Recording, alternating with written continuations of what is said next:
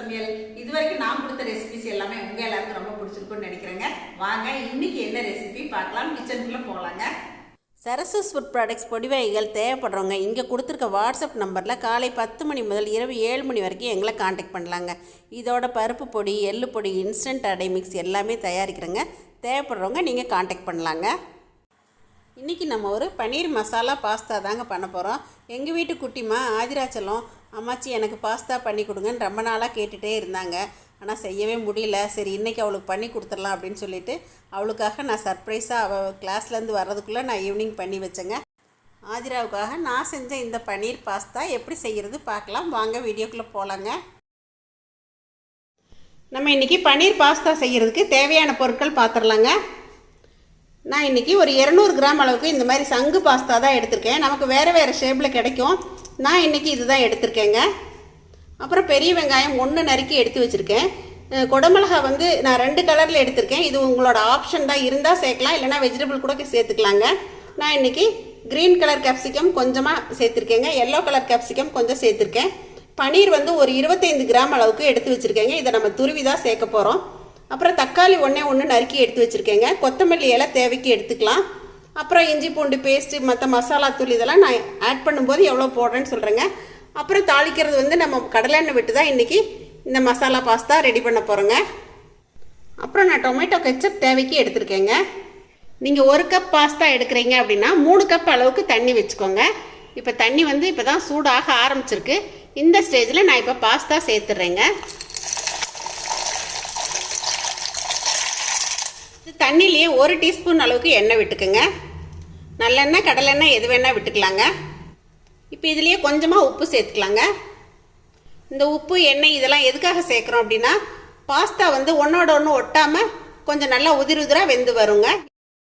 வேகட்டுங்க பார்க்கலாம். இந்த பாஸ்தா எனக்கு இன்றைக்கி வேகிறதுக்கு 10 நிமிஷமே டைம் எடுத்துருச்சுங்க. ஓரளவுக்கு மீடியம் ஃப்ளேம்லேயே தான் வச்சு நான் வேக வச்சுருக்கேன். இப்போ இதை நம்ம தண்ணியெல்லாம் வடிச்சிட்டு கொஞ்சம் ரன்னிங் வாட்டரில் வாஷ் பண்ணிடலாம். நீங்கள் நல்லா சூடு ஆறினதுக்கப்புறம் செய்கிற மாதிரி இருந்துச்சு அப்படின்னா ரன்னிங் வாட்டரில் வாஷ் பண்ண வேண்டியதில்லை. நான் இப்போ உடனே செய்கிறதால இப்போ தண்ணியை வடிச்சிட்டு ரன்னிங் வாட்டரில் வச்சு எடுத்துகிட்டு வந்துடுறேங்க. வெந்நீர் எல்லாத்தையும் நல்லா வடிச்சிட்டு பச்சை தண்ணி விட்டு 2 முறை நான் நல்லா வாஷ் பண்ணிட்டேங்க. இப்போ ஒரு பேன் அடுப்பில் ஏற்றிட்டு தேவையான அளவுக்கு கடலெண்ணெய் விட்டுக்கிறேங்க. 1 டீஸ்பூன் நெய் விட்டுக்கிறேங்க. கொஞ்சம் நெய் சேர்க்கும் போது குழந்தைங்க விரும்பி சாப்பிடுவாங்க. இந்த பாஸ்தாலாம் கிட்ஸ் தான் விரும்பி சாப்பிடுவாங்க இல்லைங்களா, அதனால் கொஞ்சமாக நெய் சேர்த்துக்கலாம். நான் இப்போ பெரிய வெங்காயம் சேர்த்துட்றேங்க.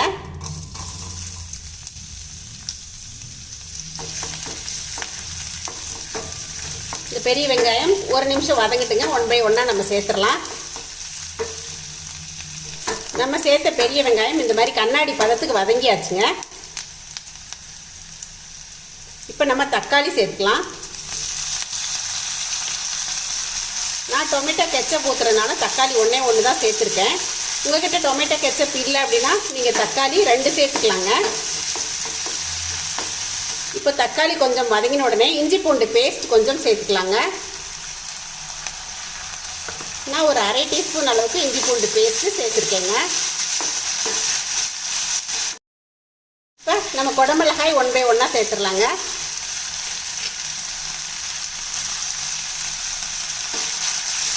இப்போ இதையும் ஒரே 1 நிமிஷம் வதக்கி விட்டால் போதுங்க. மசாலாம் சேர்ந்து பிறண்டு வரும்போதே அந்த மிளகாய் சீக்கிரமாக வெந்துடும். இப்போ மல்லித்தூள் ஒரு 1/2 டீஸ்பூன் அளவுக்கு சேர்த்துக்கலாங்க. மஞ்சத்தூள் தேவைக்கு சேர்த்துக்கலாங்க. மிளகாய்த்தூள் காரத்துக்கு தேவையான அளவு சேர்த்துக்கலாங்க. இப்போ கரம் மசாலா கொஞ்சமாக சேர்த்துக்கலாங்க. இப்போ இதிலே கொஞ்சமாக மிளகுத்தூள் கொஞ்சமாக சேர்த்துக்கலாங்க. உங்களோட ஆப்ஷன் தான் இது, விருப்பப்பட்டால் சேர்த்துக்குங்க. காரத்துக்கு மிளகாத்தூளே எங்களுக்கு போதும் அப்படின்னா நீங்கள் மிளகாத்தூள் மட்டுமே கூட சேர்த்துக்கலாம். மசாலா தூள் எல்லாம் சேர்த்து பிரட்டி விட்டதுக்கப்புறமா கொஞ்சமாக தண்ணி விட்டுக்கலாங்க.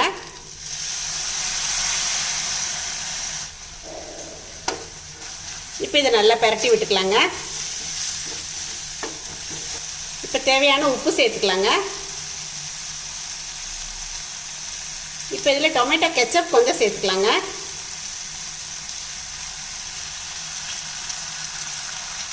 கொஞ்சமாக சோயா சாஸ் சேர்த்துருங்க. அதே மாதிரி சோயா சாஸ் உங்கள்கிட்ட இருந்தால் சேர்க்கலாங்க, இல்லைன்னா தேவையில்லை. இப்போ நம்ம வேக வச்சுருக்க பாஸ்தாவை இதில் சேர்த்துடலாங்க. இப்போ இதை நம்ம நல்லா கலந்து விட்டுறலாங்க.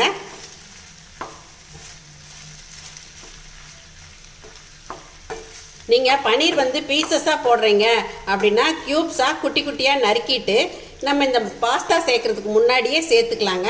நான் வந்து இன்றைக்கி துருவி தான் சேர்க்குறேன், அதனால் வந்து ஃபைனலாக சேர்த்துக்க போகிறேங்க. இதை நல்லா பெரட்டி விட்டுக்கலாம்.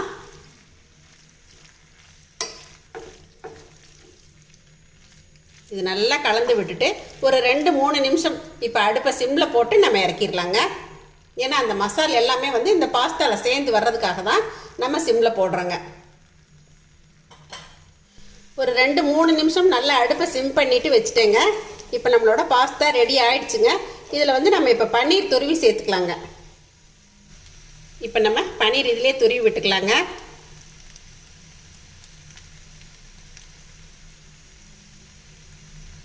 நான் 25 கிராம் எடுத்திருக்கேன், ஆனால் 25 கிராம் கூட இதுக்கு தேவையில்லைங்க.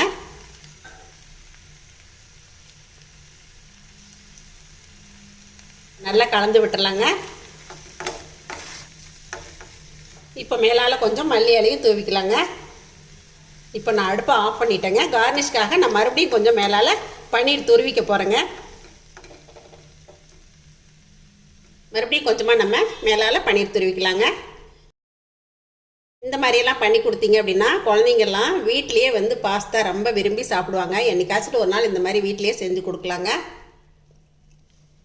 இந்த 200 கிராம் பாஸ்தா பண்ணுறதுக்கு நமக்கு இதில் பாதி அளவுக்கு தான் பன்னீர் தீர்ந்துருக்குங்க. குழந்தைங்களுக்கு ரொம்ப பிடிக்கும் அப்படின்னா நீங்கள் இன்னும் கொஞ்சம் கூட துருவி சேர்த்துக்கலாங்க. நம்மளோட பன்னீர் பாஸ்தா ரெடி ஆயிடுச்சு. நான் இன்றைக்கி டொமேட்டோ கெச்சப் சேர்த்துருக்கேங்க. நீங்கள் டொமேட்டோ கெச்சப் இல்லை அப்படின்னா தக்காளியை இன்னும் 1-2 கூடுதலாக சேர்த்திட்டு ஃபைனலாக இறக்க போகும்போது 1 டீஸ்பூன் சுகர் சேர்த்துருங்க. சுகர் சேர்த்துறப்ப அந்த டேஸ்ட் ரொம்பவே நல்லா தூக்கி கொடுக்குங்க, ரொம்ப அருமையாக இருக்கும். பன்னீர் பாஸ்தான்னு சொல்லலாம், இதை வந்து பன்னீர் மசாலா பாஸ்தான்னு சொல்லலாம். எப்படி சொல்லி கொடுத்தீங்கன்னாலும் குழந்தைங்க வந்து ரொம்பவே விரும்பி சாப்பிடுவாங்க வீட்டை. என்னங்க, இப்போ எங்கள் வீட்டில் எங்கள் குட்டிமா ஆசைப்பட்டு கேட்ட பன்னீர் பாஸ்தா இப்போ ரெடி ஆயிடுச்சுங்க. இந்த மாதிரி டொமேட்டோ கெச்சப் வச்சு கொடுத்தீங்க அப்படின்னா ரொம்பவே விரும்பி சாப்பிடுவாங்க. கண்டிப்பாக நீங்களும் ட்ரை பண்ணி பாருங்கள். இந்த வீடியோ உங்கள் எல்லாருக்கும் ரொம்ப பிடிச்சிருக்குன்னு நினைக்கிறேங்க. இதை பார்த்துட்டு எப்பயும் போல் உங்களோட ஃபீட்பேக் சொல்லுங்கள், ஷேர் பண்ணுங்கள், சப்ஸ்கிரைப் பண்ணுங்கள். தேங்க்யூ. சரசு சமையல் பாருங்கள், சமையல் நல்லா பண்ணுங்கள்.